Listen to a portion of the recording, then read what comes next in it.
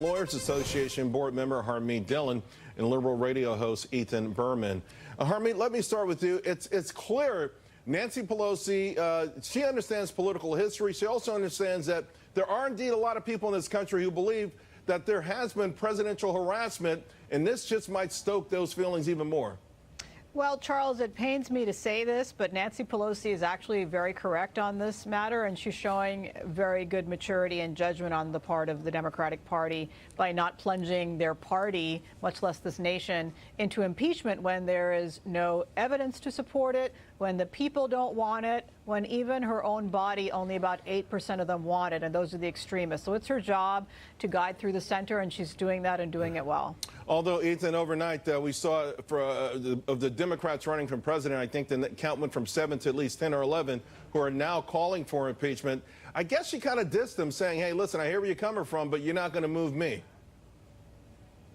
Yeah, well, Harmeet and I strangely have some level of agreement here, and that is that Speaker Pelosi taking the slow approach is probably the smart one, even if I disagree with her, and I completely disagree with Harmeet on the point of whether or not there's evidence to begin hearings. There absolutely is, and Special Counsel Mueller said so yesterday in his beautiful legal ease. So Speaker Pelosi is right. She needs to get the votes together first. But remember, impeachment is the end of the process. Hearings begin it.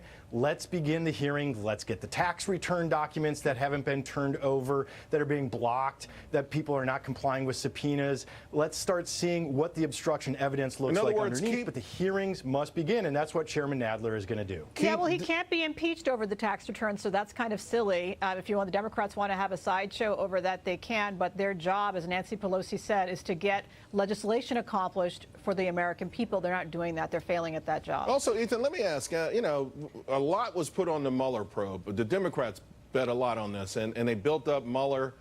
They built up the probe. There were a lot of accusations that were made, and none of that came true. The fact of the matter is no one's even talking about collusion anymore. That was the main reason for the probe, and now we're saying, well, we've got obstruction of a crime that wasn't of a crime that never took place in the first place. So it's a huge, huge issue that the American public are now saying in poll after poll, they're tired of it.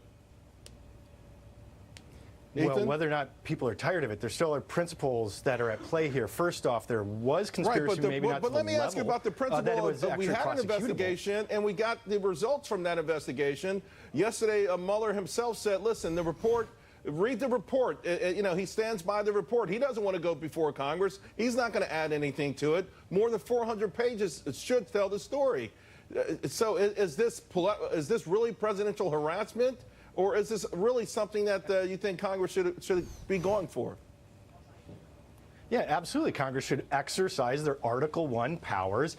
Special Counsel Mueller in Section 2 of the report clearly laid out the case for obstruction. Obstruction doesn't require a crime to be prosecuted. It merely means that you're obstructing the process of investigating with officials, with juries, anything of that sort. It's very broad. The obstruction statutes cover a number of different topics in the federal code. And so in that case, absolutely, Congress can exercise their Article I powers, and they should do so by beginning hearings to look into it. Harmeet, I did find it interesting, though, because if I listened to Mueller closely yesterday, and if I'm correct, it sounded like he said, okay, we know that we didn't have the ability to charge President Trump, but we wanted to find out if there was any form of obstruction.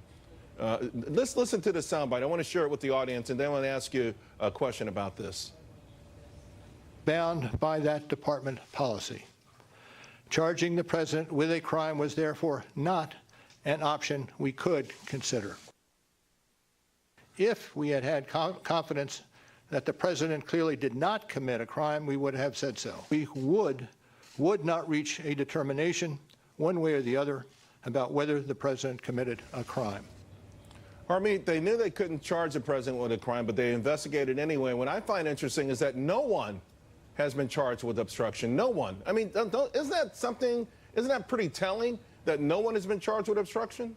Well, so many things are nonsense about what Robert Mueller said yesterday. So first of all, the Attorney General and the Deputy Attorney General have said publicly that when they spoke to Mueller, that Mueller did not say that the reason he reached his conclusions with regard to charging the president was as a result of that Office of Legal Counsel opinion.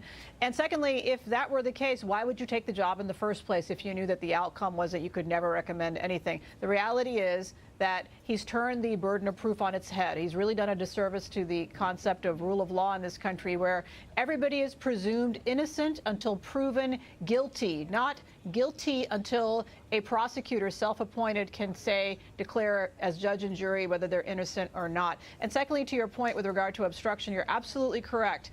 With 19 biased Democrat prosecutors, 700 days almost of investigation and $35 million worth, they could not find or charge any crimes of obstruction against anybody. And so that speaks for itself. It is time to move on. It is case closed. And for Democrats to keep rehashing this when the American people are saying they're tired of it is dumb politics. All right, we have to leave it there. Ethan, Harmeet, thank you both very much. Appreciate it.